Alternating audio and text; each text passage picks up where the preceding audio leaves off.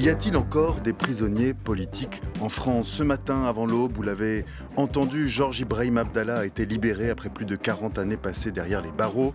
Libérable depuis 1999, l'ancien chef des fractions armées révolutionnaires libanaises est arrivé à Beyrouth dans l'après-midi où il a été reçu par ses soutiens. Condamné en 1987, Georges Ibrahim Abdallah est devenu, au fil des ans et des refus de liberté conditionnelle, un symbole, celui du dernier prisonnier politique de France. Prisonnier politique, c'est cette expression donc qui nous intéresse dans Question du soir.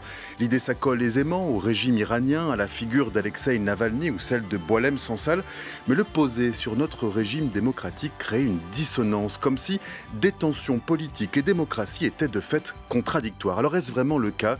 La France a-t-elle eu, a-t-elle encore des prisonniers, des détenus politiques? Sous quel régime juridique et en vertu de quel esprit des lois? Pour en avoir le cœur net, 3 invités avec nous ce soir. Et en studio, Ariel Halimi, bonsoir. Bonsoir. Merci d'être avec nous. Vous êtes avocat, vice-président de la Ligue des droits de l'homme. Vous avez publié récemment Le coup d'état d'urgence aux éditions du Seuil, c'était en 2021. Et plus récemment encore, L'État hors la loi aux éditions de la Découverte, cette fois-ci en 2023. À vos côtés, Olivier Kahn, bonsoir. Bonsoir monsieur. Merci d'être avec nous. Vous êtes professeur de droit pénal à l'université de Nanterre et vous avez co-dirigé avec Julie Alix Terrorisme et infractions politiques. C'était aux éditions Mar et Martin en 2021. Merci d'être avec nous. Et enfin, à distance, Alain Marceau, bonsoir.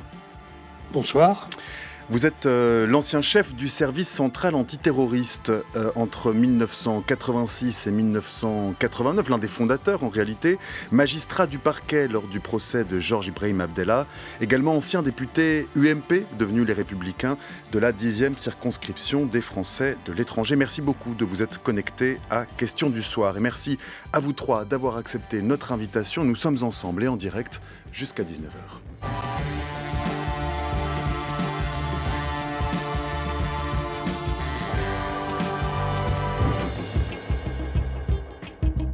Il n'y a pas de prisonniers politiques en France. On peut penser ce que l'on veut de la politique du gouvernement, on peut penser ce que l'on veut de tel ou tel pan de l'action publique du gouvernement actuel comme de tous les gouvernements de la Ve République. Il n'y a pas de prisonniers politiques en France. Monsieur Christian Théin et les autres indépendantistes kanaks emprisonnés en France, transférés de l'autre bout du monde en France, sont des prisonniers politiques. Il y a une nouvelle génération qui a émergé, qui aujourd'hui porte le nom de Georges Ibrahim Abdallah, comme il porte le nom de l'ensemble des prisonnières et des prisonniers politiques palestiniens. Après près de 41 ans, le plus ancien prisonnier politique d'Europe, le plus ancien prisonnier lié au conflit du Moyen-Orient. Même en Israël, il n'y a pas de détenus qui ont fait cette peine, qui sont encore en détention. Aujourd'hui, oui, en 2025, on peut dire que c'est une victoire qui sort à 74 ans. Depuis le départ, ce procès est monté avec un avocat qui travaille pour la police. Il n'y a pas de prisonniers politiques en France, il y a une justice. Et cette justice, elle est indépendante, elle est impartiale, elle a fait son travail en condamnant. Reconnu coupable par la justice française parce que complicité de crimes terroristes pour 2 personnes qui ont été assassinées. La société que nous voulons n'est pas une société qui fait l'apologie du terrorisme. Voilà, pour poser plus encore les termes du débat, ce petit montage, vous avez peut-être reconnu les voix de Constance Le Grip, rapporteur de la proposition de résolution appelant à libérer Boualem Sansal, de Bastien Lachaud, député La France Insoumise, du porte-parole du collectif Palestine Vaincra, de l'avocat de Georges Abdallah et enfin de la ministre Aurore Bergé. Alors l'actualité, vous l'avez compris, c'est cette libération de Georges Ibrahim Abdallah ce matin. Alain Marceau, je rappelle que vous étiez magistrat du parquet lors du procès. Alors, quel était votre rôle dans ce procès? Pouvez-vous nous rappeler comment cela s'est passé? Et diriez-vous aujourd'hui, avec le recul des 40 années de distance, que ce procès avait une teinte politique? Oui, j'étais à la fois juge d'instruction au départ et ensuite procureur en charge de l'organisation du procès. J'allais vous dire que nous étions dans une affaire quand même au départ d'assassinat de diplomates et tentative d'assassinat de troisième, que l'affaire s'est déroulée en application du Code de procédure pénale tel qu'il avait été rénové en 1986, faisant suite tout simplement à la disparition de la Cour de sûreté de l'État qui pouvait être considérée à tort ou à raison comme une juridiction politique. Qui avait été Disparition en supprimé 81. par François Mitterrand, oui. Absolument, donc en 81.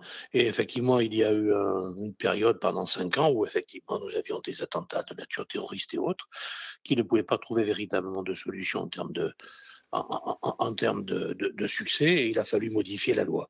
Alors, est-ce qu'effectivement nous avons bien fait de la modifier? Je le crois, et c'est grâce sans doute à la modification de cette loi, la mise en application des nouvelles dispositions, que nous avons réussi à mettre fin à un certain nombre d'activités de réseaux terroristes. Je vous rappelle qu'il n'y avait pas seulement l'affaire Abdallah, il y avait Abu Nidal, il y avait Action Directe, etc. Et Dieu sait qu'il y avait des morts sur les pavés parisiens et ailleurs. Oui, il faut rappeler peut-être le contexte. Abdallah a été condamné en 1987, vous l'avez dit, pour complicité dans l'assassinat de 2 diplomates à Paris, le lieutenant-colonel américain Charles Ray et Yaakov Barsimentov, deuxième secrétaire de l'ambassade d'Israël.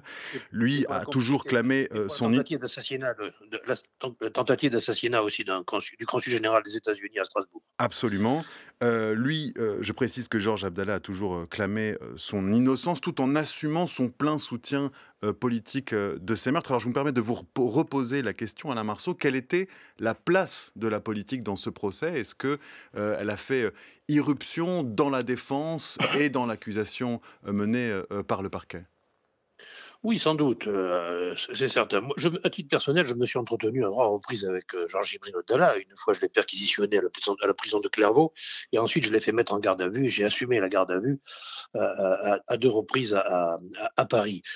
Il est bien évident que nous étions dans un contexte éminemment politique, puisque je vous rappelle qu'à cette époque, nous avions des attentats dans toutes les rues de Paris. Il y avait eu l'affaire de la rue de Rennes et une dizaine d'autres attentats. 6 attentats en l'espace d'1 an, qui avaient fait 11 morts et près de 200 blessés à Paris. Oui. Et il n'en était pas ni l'auteur ni complice. Il y a eu une erreur, j'allais dire, dans la direction de l'enquête au tout début, puisque lui, il était bien l'auteur ou le complice des assassinats ou tentatives d'assassinat des 2 diplomates ainsi que de l'affaire de Strasbourg, mais il n'avait strictement rien à voir avec la série d'attentats qui ont eu lieu en 1985-1986. Mais il était soupçonné, comme d'autres d'ailleurs au demeurant. C'est la raison pour laquelle nous avons pris des mesures de nature coercitive à son égard, et il a été condamné pour ce qu'il avait fait, pas pour ce qu'il n'avait pas fait. Donc j'allais dire que la justice dans cette affaire n'a pas eu trop de raisons de se reprocher quelque action que ce soit. Je crois véritablement que le travail a été effectué normalement et sans qu'il soit porté atteinte à la personne de M. Abdallah. Écoutez, je crois de toutes les personnes présentes sur ce plateau, je suis le seul à l'avoir, comment dirais-je, bien connu. J'ai eu des relations avec lui qui au départ ont été peut-être tendues, mais qui après sont devenues des relations normales, de mise en examen par rapport à un procureur. Olivier Kahn, sur ce procès Abdallah, il y a eu des irrégularités qui ensuite sont remontées, notamment le fait que le premier avocat de Georges Ibrahim Abdallah, Jean-Paul Mazurier, était en réalité un agent des services, un agent des services de renseignement français. C'est Mazurier lui-même, dans un livre intitulé L'Agent Noir, qui a révélé qu'il travaillait avec le renseignement français tout en assurant la défense de Georges Abdallah. Oui, absolument.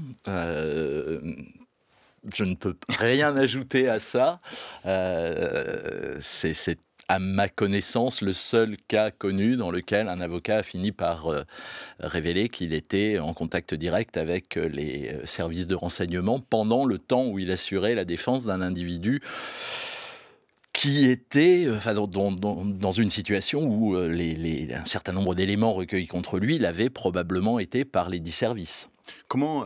Qu'est-ce que cela dit de l'articulation entre droit et politique? Est-ce que dès le départ, Georges Abdallah était considéré comme lui, il se considérait quand même, il se décrit lui-même comme le Manoukian des temps modernes, mais est-ce que déjà dans le débat public, au moment de sa condamnation, il était considéré comme un prisonnier politique, ou cela est-il venu plus tard? Non, je crois vraiment que c'est plus effectivement ce contexte du début des années 80 dans lequel, comme l'a rappelé le juge Marceau, on a énormément d'attentats, on a énormément de faits de terrorisme de diverses origines.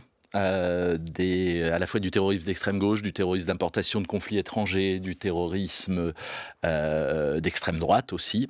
Et donc on est dans une situation extrêmement tendue en la matière, et d'autant plus tendue qu'effectivement, comme il a été rappelé aussi, la Cour de sûreté de l'État, qui jusqu'à présent avait géré ces affaires terroristes et qui était pour le compte véritablement une juridiction politique, puisqu'il faut quand même se souvenir qu'on était renvoyé devant la Cour de sûreté de l'État par décret du garde des Sceaux, après que les magistrats aient fini leur travail. Par décret de l'exécutif C'était l'exécutif qui renvoyait devant la Cour de sûreté de l'État, donc c'était à proprement parler une juridiction politique.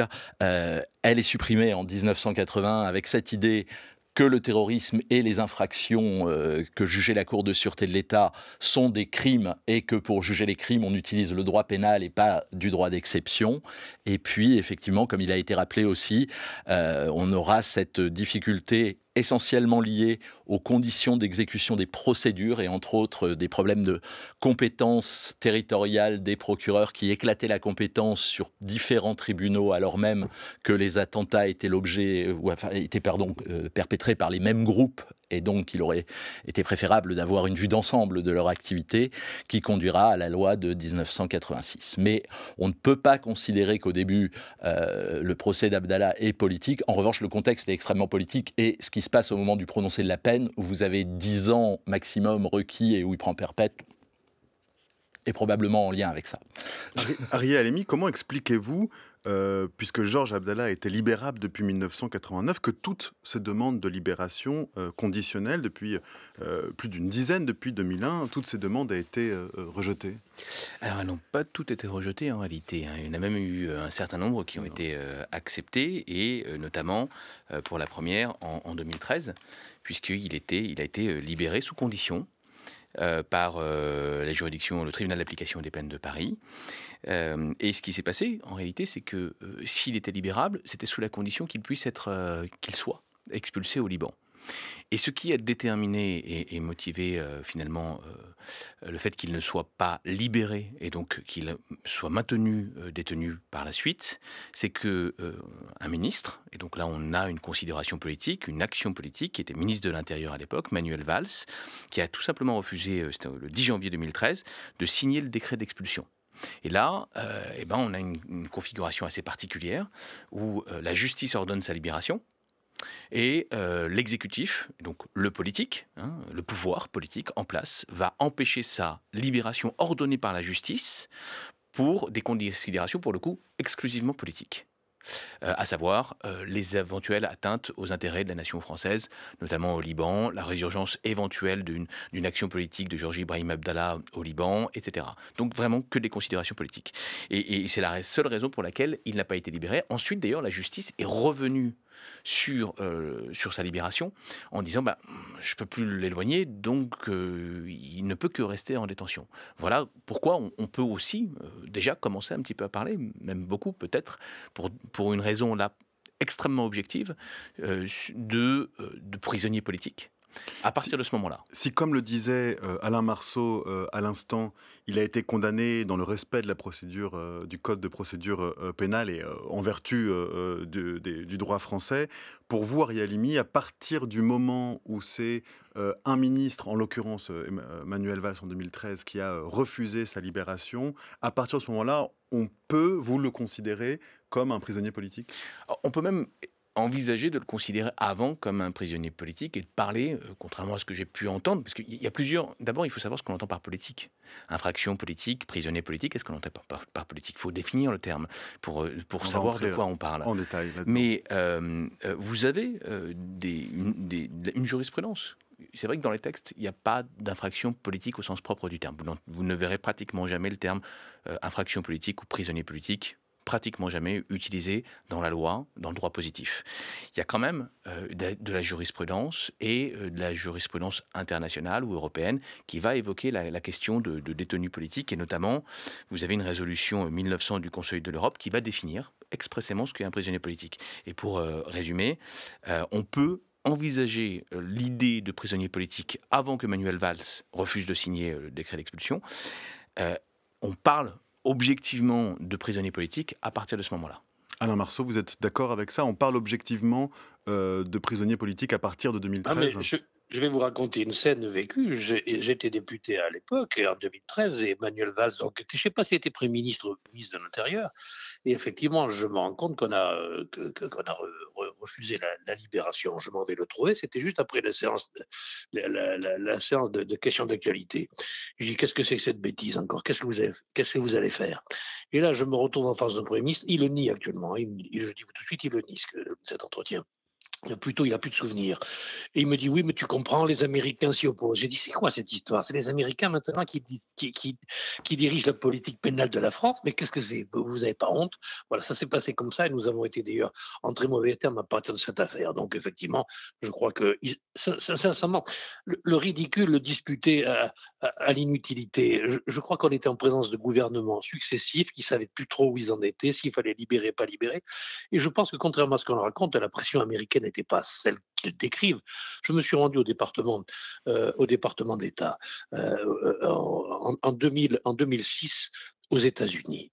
Et je peux vous assurer, pour avoir discuté avec des interlocuteurs qui étaient en charge notamment des grands problèmes de terrorisme internationaux, l'affaire Abdallah n'était pas une affaire majeure pour eux. Et entre nous, se dit, ça leur est à peu près égal de ce qu'il allait devenir. À la limite, si la France voulait le garder, il le gardait.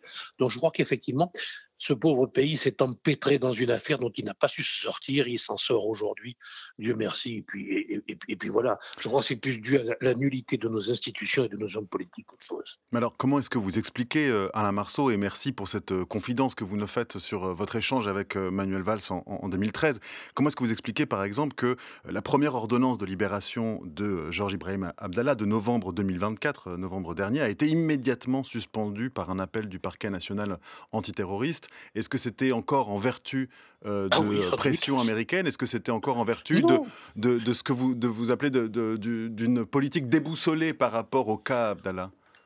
Je pense qu'ils ne savent plus où ils en sont. Et ils avaient peur. Et je pense, enfin, moi, je ne peux pas parler au nom de mes actuels collègues du parquet national antiterroriste, mais véritablement, plus personne dans ce pays savait où on en était par rapport à ce dossier. Tout le monde avait peur de prendre une décision. Et puis voilà, Dieu merci, bon, il y a un juge de l'application des peines qui a décidé. Il y a eu un appel qui est inopérant d'ailleurs, puisque le fait de faire appel n'empêche pas la mise en liberté, puisque ça a été le cas. Donc je crois qu'effectivement, on est en présence d'institutions qui ne sont plus opérantes. Il est temps peut-être de réviser tout cela et de mettre en place un système plus opérant. Alors, nous parlons depuis le début de cette émission de Georges Abdallah, mais il y a d'autres exemples où la notion d'arrestation politique, de détention politique a été utilisée. Olivier Kahn, il y a l'exemple ces derniers mois de Christian Tin, on l'a entendu en introduction, leader indépendantiste kanak qui a été libéré le 12 juin, placé en détention provisoire à Mulhouse pendant 1 an après les violences qui avaient éclaté en Nouvelle-Calédonie. On peut penser aux militants écologistes de la désobéissance civile, mais aussi aux indépendantistes corses, aux membres de groupuscules de l'ultra-droite nationaliste, qui tous évoquent le mobile politique de la répression dont ils s'estiment être les victimes. Oui. Alors, il faut opérer une distinction. Là, il faut entrer un petit peu dans le dur du droit. Vous avez des infractions politiques, au sens premier du terme, dans le code pénal. Vous avez quelques crimes qu'on reconnaît parce qu'ils sont punis d'une peine qu'on appelle la détention criminelle, et qui est en fait la réclusion criminelle appliquée aux infractions politiques. Et vous avez quelques délits que le législateur n'a jamais définis, au sens où il ne prévoit pas une peine d'une nature particulière, contrairement au crime, mais que la jurisprudence a défini comme étant politique, typiquement le délit d'attroupement. Bon. À partir du moment où les individus sont interpellés sur le fondement d'autres qualifications que les qualifications politiques du code pénal ou les qualifications politiques identifiées par la jurisprudence, ce ne sont pas des infractions politiques et ce ne sont donc pas des prisonniers politiques. Donc à ce titre, quand leur défense, par exemple, va évoquer le caractère politique des poursuites qui sont dirigées contre eux ou le caractère politique de leur détention, ça n'est pas en fait un problème juridique, c'est un problème d'invoquer l'idée que la justice serait aux ordres du politique. Alors, quelles sont précisément les infractions politiques dans le code pénal ?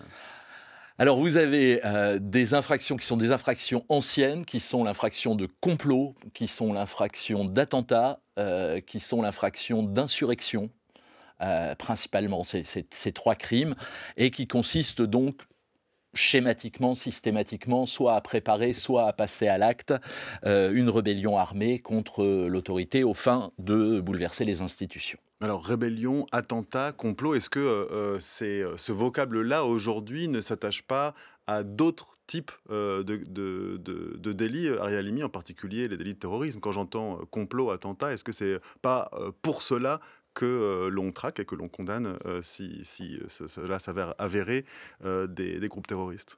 Alors, évidemment, la notion de terrorisme est une notion qui est souvent apparentée par la doctrine, par les avocats, par les militants, à une infraction de nature politique. Alors, pas totalement, parce que elle est associée à un crime ou à un délit de droit commun. Et puis, il y a une connotation d'atteinte à l'organisation ou au fonctionnement des institutions de l'État ou de la sûreté. Et vous avez même des infractions, celles qui ont souvent été utilisées ces dernières années, comme l'association de malfaiteurs, en lien avec une entreprise terroriste, qui a élargi le champ et qui rend plus difficilement l'infraction liée à une action ou à une commission d'actes véritables et qui permet d'appréhender un grand nombre de personnes en raison des liens ou de la préparation de certains actes avec des personnes qui auront commis des actes ou qui pourront commettre des actes terroristes. Donc, concrètement, le terrorisme est à la frontière du droit et de la politique. Ça n'est pas défini comme ça par le code pénal, bien évidemment. Qu'est-ce qui fait que c'est à cette frontière-là pour vous, Ariel Halimi, pour être le plus clair possible ? Pour être le plus clair possible, on ne sanctionne pas un acte criminel ou un délit uniquement. On sanctionne, au-delà de l'acte criminel ou du délit, on sanctionne le fait de vouloir atteindre les intérêts de l'État, de la nation ou de l'ordre établi. C'est ça qui est sanctionné au-delà même de l'acte de droit commun. Et c'est pour ça d'ailleurs que depuis un grand nombre d'années, il y a une forme de discrimination avec les délits de droit commun lorsqu'on les qualifie de terrorisme, puisqu'on les sanctionne de manière plus sévère, parce qu'il y a une législation et des procédures beaucoup plus restrictives aux libertés publiques lorsqu'il y a la qualification terroriste qui est adjointe à ce délit ou à ce crime. Et donc on considère que lorsqu'il y a une atteinte à l'État et lorsqu'il y a la qualification terroriste, que le crime est beaucoup plus grave que s'il s'agissait d'un crime de droit commun. Voilà comment on peut résumer un petit peu la situation en matière de terrorisme. Alain Marceau, je rappelle que vous êtes parmi les fondateurs, ancien chef du service central antiterroriste entre 1986 et 1989. Est-ce que vous êtes d'accord avec cette idée que pose Ariel Halimi, que, en dépit de la gravité des crimes, il y a sur la méthode et sur la forme une forme de discrimination entre quelqu'un qui entre dans l'ère, disons, juridique du terrorisme vis-à-vis d'une personne qui, pour le même crime, resterait dans l'ère juridique, pardonnez mon vocabulaire très pauvre en la matière, de droit commun? Oui et non. C'est quoi la qualification terroriste? C'est le fait d'avoir commis un certain nombre de crimes ou délits avec des circonstances d'intimidation ou de terreur. C'est-à-dire, si vous tuez quelqu'un dans la rue, un passant, ce n'est pas terroriste. Si vous tuez ce même passant avec une intention comment dirais-je, de déstabilisation de l'État, de créer Donc un c'est le mobile désordre politique particulier, qui etc. caractérise... Ça devient un mobile politique. Mais je voudrais dire quelque chose à Maître Halimi. Effectivement, oui, il a raison. C'est que prenons le cas de l'affaire des attentats de 1986. Dans l'affaire des attentats de 1986, le CSPPA, le Comité de solidarité avec des prisonniers politiques arabes, qui mettaient des bombes partout, y compris rue de Rennes, etc. Enfin, on a eu une vingtaine de morts, demandait la libération de 3 personnes, donc deux, en plus d'Abdallah, c'était Varoudjan Garbidjan, qui était le patron de l'armée secrète arménienne de l'Arménie, qui était en détention pour un attentat où il avait tué une dizaine de personnes à Orly, et Anis Nakash, qui était sous commandite iranienne, qui était un Palestinien sous commandite iranienne, qui avait assassiné, ou tenté d'assassiner, un opposant iranien qui s'appelait Chapo Bakia, qui avait été plus ou moins Premier ministre du Shah. Ces gens-là, j'allais dire bénéficiant de la circonstance de la lutte antiterroriste, ont été libérés au bout de 5, 10 ans ou quelques années, justement parce que, tout simplement, dans le cadre d'affaires terroristes, il faut savoir que le pouvoir politique a tellement peur, ne sait pas quoi faire de ces condamnés, de ces détenus, qu'il organise, lorsqu'on est en matière de terrorisme international, je veux dire, il organise leur exfiltration ou leur libération bien avant qu'ils aient terminé leur peine. Donc j'allais dire que ça remet un tout petit peu en cause ce que disait Maître Halimi, même s'il a raison sur le fond. La circonstance politique permet finalement à la justice aux institutions gouvernementales, en fait, qui dirigent parfois la justice, de faire tout et n'importe quoi à l'encontre tout simplement des intérêts bien compris des victimes et de l'ordre public. Et ce statut de prisonnier politique, cette circonstance politique qui fait des détenus à part, ça s'inscrit dans une longue histoire politique française, dans une longue tentative de cerner cette question du lien entre mobile politique d'un délit et définition de l'infraction politique. Oui, mais une histoire très particulière qui contribue à expliquer les difficultés que nous éprouvons aujourd'hui à définir. En fait, on peut situer deux périodes, deux moments importants. La première période, c'est en 1830. Après donc les journées de 1830, va être adoptée une loi relativement libérale qui prévoit donc effectivement ce statut particulier de l'infraction politique et des sanctions politique. Et il y a déjà d'ailleurs des mouvements vendéens. Oui, et alors cette loi a comme particularité de prévoir, la grande particularité, c'est le régime de la sanction. C'est-à-dire, on supprime la peine de mort et on supprime les travaux forcés, quels que soient les crimes qui peuvent avoir été perpétrés dans le cadre de ces atteintes politiques. Et on prévoit un régime de détention très favorable. C'est-à-dire qu'à l'époque, les prisonniers sont en uniforme, on permet aux prisonniers politiques de ne plus être en uniforme, on leur permet la correspondance, l'accès à la presse et un certain nombre de privilèges. Donc on les reconnaît comme tels. On les reconnaît comme tels, mais attention, c'est-à-dire que ça c'est 1830 et dès les journées de 1848, lorsqu'on va avoir à juger les assassins du général Bréa, le parquet va immédiatement intervenir pour dire attention, eux, c'est pas des politiques. Eux, c'est des voyous qui s'habillent en politique et il faut leur appliquer la peine de mort. Ce que je veux dire par là, c'est que dès l'origine, l'infraction politique est un moyen d'une justice de classe. Et puis ensuite, on va arriver dans les années 60-70 et là, il va se jouer autre chose. C'est que dans les années 60... Pardonnez-moi, Olivier. Pardon, 1970. Et là, il va se jouer autre chose. C'est que dans ces années, le prisonnier politique, c'est le symbole du bloc de l'Est ou le symbole des juntes militaires. Et donc, il va y avoir un mouvement au niveau des démocraties libérales. Le camp du bien ne peut pas avoir de prisonniers politiques, puisqu'admettre qu'on a des prisonniers politiques fait qu'on s'assimilerait au camp que nous avons en face de nous. Ceci dit, on a encore, lors de ces procès, la discussion de la dimension politique. C'est-à-dire que le mobile politique est encore discuté, alors qu'on a vu récemment dans les procès islamistes, par exemple, qu'on en est arrivé à un moment où le parquet refuse même de discuter le mobile politique ou d'entendre le mobile politique. Arya Halimi. Effectivement, il y a eu une évolution historique de la notion de terrorisme et de l'appréhension du caractère politique de l'infraction. On a même aujourd'hui une volonté de la justice et du pouvoir de dépolitiser l'infraction, de considérer qu'il n'y a ni délit ni crime politique. Et d'ailleurs, le mot n'apparaît que très peu dans le droit positif. Cette volonté, elle consiste à finalement retirer toute légitimité à l'action politique. Contestataire, j'entends. Ce fut le cas d'ailleurs, et ça a été le cas pour le terrorisme régional et régionaliste, le terrorisme basque, corse, qui s'est vu contester, y compris le caractère de guerre ou de contestation politique.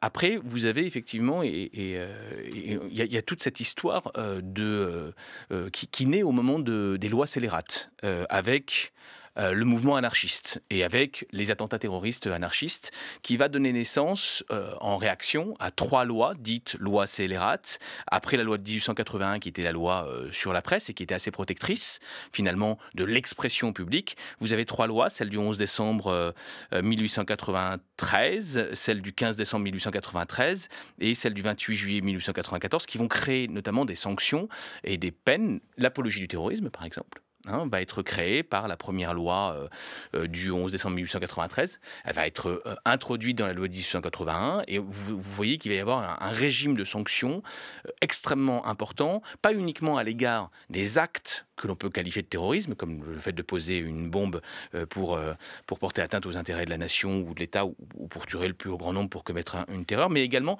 par rapport à l'expression de soutien ou de revendications politiques. Et puis, vous allez avoir une contestation immédiate. Vous allez avoir d'ailleurs la Revue Blanche, la Ligue des droits de l'homme, Ludovic Trarieux, Francis de Pressincé, qui vont dire qu'il faut absolument lutter et en terminer avec ces lois scélérates. Et ce ne sera que beaucoup plus tard, je crois que c'était en 1992, qu'on en terminera avec une partie des lois scélérates, mais certaines sont restées inscrites dans le droit positif. Cette manifestation interdite a vu jusqu'à 4000 personnes. Une grande partie de cette manifestation a été extrêmement violente, avec des attaques physiques, vous l'avez vu, sur les gendarmes, des attaques avec des boules de pétanque, des cocktails Molotov, des objets contondants, des mortiers. Et cette partie de la manifestation extrêmement violente relevée d'activistes. Une quarantaine de personnes fichées S à l'ultra-gauche ont été repérées dans cette manifestation, avec des modes opératoires qui relèvent, je n'ai pas peur de le dire, de l'écoterrorisme que nous devons absolument combattre. Vous êtes bien sur France Culture. Nous sommes ensemble jusqu'à 19h pour une émission, vous l'aurez compris, consacrée ce soir à la notion de prisonnier politique, de l'infraction politique suite à la libération de Georges Ibrahim Abdallah, en compagnie d'Ari Halimi, avocat, vice-président de la Ligue des droits de l'homme, d'Olivier Kahn, professeur de droit pénal à l'Université de Paris-Nanterre, et Alain Marceau, ancien chef du service central antiterroriste, magistrat du procès de Georges Abdallah, également ancien député UMP-LR des Français de l'étranger. Et nous venons d'entendre l'actuel garde des Sceaux, ex-ministre de l'Intérieur, Gérald Darmanin, qui s'exprimait en 2022 à la suite des manifestations de Sainte-Soline. Le ministre décrit une situation d'affrontement. Il parle de fichier S. Il décrit la confrontation violente entre des manifestants et les représentants de l'État, en l'occurrence des gendarmes mobiles. Il parle également d'éco-terrorisme. Une réaction, Ari Halimi, vous parliez de continuum dans le droit positif, de certaines dispositions de ces lois scélérates jusqu'au droit aujourd'hui. Qu'est-ce que dans l'usage sémantique du mot terrorisme de Darmanin, qu'est-ce que cela vous évoque ?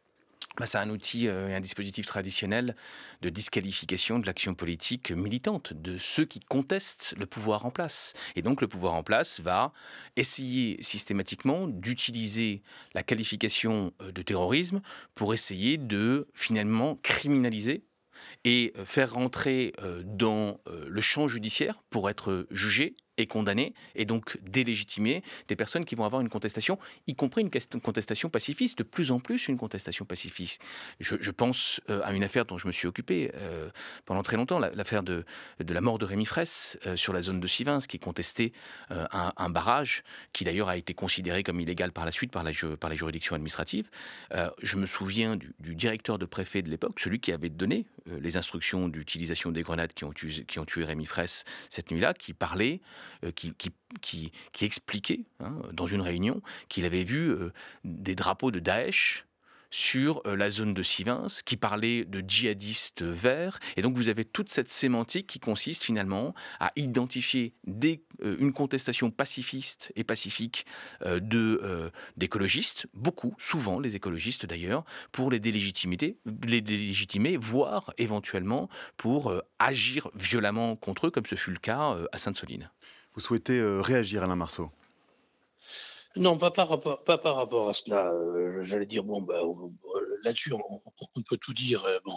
Je crois qu'il y a des choses beaucoup plus importantes qui se passent, et j'allais dire dans l'actualité, et j'espère que cela a attiré ou va attirer votre attention. Pour tous les amis des droits de l'homme, il faut savoir qu'il y a quelques instants, la Cour de cassation vient de rendre une décision extrêmement importante.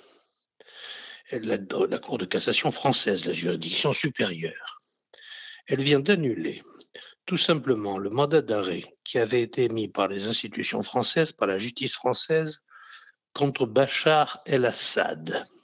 Sans doute peut-être au nom des droits de l'homme, je ne sais pas exactement, mais enfin quand on sait qui est M. el-Assad, qui est quand même l'un des plus grands criminels de ce siècle, sans parler de son fils au demeurant, il y avait une procédure qui avait été intentée devant les juridictions françaises parce qu'effectivement, il nous apparaissait à tort ou à raison que l'on pouvait essayer de demander des comptes à toute la famille Assad. Alors, qui a où est-ce que vous voulez en venir ? Comment est-ce que cela, selon vous, Alain Marceau, s'attache à notre conversation ? Ça se raccroche totalement à notre conversation, à savoir que des fois qu'on penserait qu'on n'est pas dans un état de droit, je vais dire que la Cour de cassation vient par cette décision montrer combien effectivement elle est sourcilleuse et combien elle est attentive pour protéger certains criminels. Donc je crois que tous ceux qui ont peur, on vient de protéger M. Assad. Bien sûr, donc c'est-à-dire que lorsque Arié Halimi s'inquiétait à l'instant de l'élargissement disons, d'une justice qui aurait des motivations politiques, ou en tout cas elle n'est pas très répressive, la justice.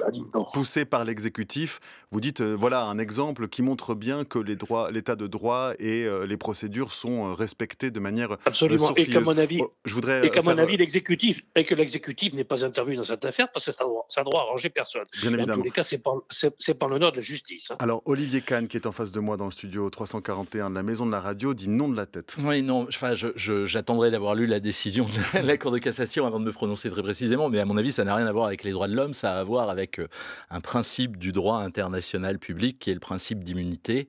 Et je vais donc aller lire la décision et je ne suis pas du tout certain, pour côtoyer assez régulièrement des juges de la chambre criminelle de la Cour de cassation, que leur conception des droits de l'homme aille jusqu'à dire qu'il faut protéger les droits de l'homme de Bachar el-Assad de la manière dont le sous-entend de manière assez déplaisante Monsieur Marceau. Moi, j'aimerais revenir sur cette histoire de Darmanin. D'abord, effectivement, on est un état de droit. Ce qui est intéressant, c'est que ce n'est pas le ministre de l'Intérieur, plus le ministre de l'Intérieur, qui décide qui est terroriste ou ne l'est pas, mais c'est aujourd'hui le parquet national antiterroriste par interprétation des dispositions du code pénal. Le PNAT, revanche, qui a été créé en 2019. Créé en 2019 et dont on peut dire aujourd'hui qui a absorbé, qu'effectivement, c'est lui qui décide ce qui est terroriste ou non. Pourquoi ? Et c'est là qu'effectivement l'épisode que vous avez diffusé, Sainte-Soline, est intéressant, parce que la définition du terrorisme en droit français est telle que, au moins pour un certain nombre de comportements de violence politique assez importantes, on avait à Sainte-Soline des violences dirigées contre les forces de l'ordre qui étaient importantes, eh bien, effectivement, la qualification terroriste pourrait tout à fait s'appliquer. Et quand la Chambre criminelle a été appelée à se prononcer là-dessus, en 2017, dans l'affaire de Tarnac, elle a refusé de le faire. C'est-à-dire qu'elle a laissé la porte ouverte à la possibilité de ne pas distinguer entre violence politique et terrorisme. Ce que ne font pas d'ailleurs les services de renseignement, qui eux ont des typologies très bien définies, permettant de distinguer le terrorisme, l'action directe, la subversion violente et la désobéissance civile. En tous les cas, donc, ce qu'il y a d'extraordinairement déplaisant dans le discours de Gérald Darmanin que vous avez diffusé, c'est cette façon, et ça me permet de prolonger de ce que disait Arié Halimi, cette façon qu'a le politique, en prétendant assimiler toute forme de violence politique au terrorisme, de chercher lui-même à définir ce qui est politique ou ne l'est pas. Puisque le terrorisme n'est pas politique, alors je vous qualifie terroriste, et donc vous n'êtes pas politique. Et donc, ainsi, je définis, moi, exécutif, ce qui est politique ou ce qui ne l'est pas. Et c'est exactement la même logique que celle qu'avait déjà eu Gérald Darmanin précédemment, quand il avait dit, vous vous en souvenez, alors qu'il a fait Sciences Po, donc il savait à peu près de quoi il parlait, quand il avait dit que la violence légitime, le monopole de la violence légitime n'appartenait qu'à l'État, et que c'était vieux comme Weber, ce que n'a jamais dit Weber, mais c'est cette façon de dire, seul l'État a le droit d'utiliser la violence, seul l'État dispose de cette violence légitime, et je définis, moi, État, ce qui est politique ou ce qui ne l'est pas, et quand j'estime que ça n'est pas dans le champ politique, eh bien je bascule ça dans le champ du terrorisme. Arié Halimi, il y a une définition, je crois que vous l'avez évoqué tout à l'heure, de prisonnier politique par le Conseil de l'Europe, une définition de 2001, réaffirmée en 2012. Alors, elle donne, voilà, la violation des garanties fondamentales, les raisons qui seraient purement politiques, dans le cas d'un État tout à fait autoritaire, qui, par exemple, mettrait en prison des journalistes, des opposants, la durée ou la condition disproportionnée de la détention, ce qui évoque le cas de Georges Ibrahim Abdallah, les discriminations, les irrégularités de procédure. Mais ce qui est intéressant, c'est que cette définition du Conseil de l'Europe de ce qui est prisonnier politique exclut explicitement les terroristes. Alors, comment est-ce que joue cette on pourrait presque y voir un paradoxe, puisque Olivier Kahn vient de nous expliquer que c'était cette notion floue de terroriste décidée par le parquet lui-même qui définissait ce qui était terroriste ou pas, et ce qui permettait potentiellement de transformer des actions violentes politiques en actions terroristes. Et là, on a une définition de ce qu'est un prisonnier politique qui nous dit c'est tout sauf ceux qui sont condamnés pour des actions terroristes. Il n'y a pas une impasse là ? Je ne crois pas qu'il y ait une impasse. Je pense qu'il faut penser l'infraction politique ou le prisonnier politique avec d'abord, par principe, effectivement, il n'y a pas expressément cette notion dans le droit positif, mais on peut la dessiner, cette notion, à travers des décisions de jurisprudence et à travers un certain nombre de normes, même extra-françaises, comme par exemple celle du Parlement, du Conseil de l'Europe que vous avez évoqué. Vous avez même une définition qui est donnée par le Conseil d'État, figurez-vous, le 23 février 90, c'est une décision Gisti qui dit « Une infraction est politique lorsqu'elle est dirigée contre l'organisation ou le fonctionnement des institutions de l'État ». Donc vous voyez que le droit, à travers les décisions, et il est obligé finalement à certains moments de se prononcer parce que les questions qui lui sont posées impliquent de se positionner sur ce qui est politique. Vous avez par exemple un article du Code de procédure pénale, l'article 696-4, qui dit que l'extradition n'est pas accordée, l'extradition d'une personne qui est demandée par un autre pays, dans le cadre d'une procédure pénale, lorsque le crime ou le délit a un caractère politique. Donc vous voyez que, bon an, mal an, même si on a essayé de dépolitiser, le législateur j'entends, et l'exécutif, de dépolitiser le droit, en considérant qu'il n'avait rien de politique, alors même qu'on peut affirmer que le droit est totalement politique, puisque ce sont des normes qui sont édictées par le Parlement et donc elles sont infiniment politiques. Eh bien, vous avez quand même des résurgences de cette idée d'infraction politique et de prisonnier politique à travers le droit et la jurisprudence, et il se dessine aujourd'hui de plus en plus, et notamment avec l'affaire de Georges Ibrahim Abdallah ou avec d'autres, ce qui est objectivement politique dans le droit. Olivier Kahn. Juste pour ajouter et compléter très rapidement, en 2016, le Conseil d'État, dans une affaire Abliazov, reviendra aussi sur l'idée qu'il peut y avoir des demandes d'extradition de droit commun, mais motivées par des considérations politiques, et que, à ce titre-là, on ne sera pas extradé. Elle refuse d'extrader vers la Russie un individu disant l'infraction de droit commun, en l'occurrence de la corruption, est en fait un masque pour dissimuler des poursuites politiques et donc une action judiciaire politique. Alors Alain Marceau, vous nous avez dit que vous considériez vous aussi qu'à partir de votre échange avec Manuel Valls en 2013, Georges Ibrahim Abdallah pouvait être considéré comme un prisonnier politique. En reste-t-il d'autres selon vous, Alain Marceau, rapidement? Non, mais je voulais poser une question à M. Halimi et M. Kahn. Si vous voulez bien rapidement. Je me suis rendu un soir sur très rapidement, on arrive à la fin de l'émission. C'était l'assassinat de Georges Best, qui avait été assassiné par M. Rouillant-Ménigon. Madame Ménigon, je leur ai posé la question. Effectivement, ils m'ont expliqué qu'ils avaient assassiné M. Best, tout simplement parce qu'il allait devenir président du commissariat à l'énergie atomique. Alors, je pose la question à mes contradicteurs. Est-ce que c'est un crime politique? Alors, une réponse par un oui ou par un non. Et ensuite, je voudrais juste savoir si pour vous, Georges Abdallah était oui ou non le dernier prisonnier politique d'Europe. Ariel Halimi, Olivier Kahn, et puis ce sera la fin de l'émission. À partir du moment où on a une conception subjective de l'infraction politique, à partir du moment où l'on tue quelqu'un en raison de motivation politique, on peut éventuellement la qualifier de politique, bien évidemment. Olivier Kahn. Je ne réponds pas aux questions idiotes. Non, s'il vous plaît. Non, mais c'est complètement... Enfin, ça n'a pas de sens. Ça n'a pas de sens, ou alors il faut 2 heures pour répondre. Ça n'est pas une infraction politique, puisque c'est qualifié terroriste à ce moment-là, voilà. Très bien, je vous remercie à tous les 3 pour ce débat.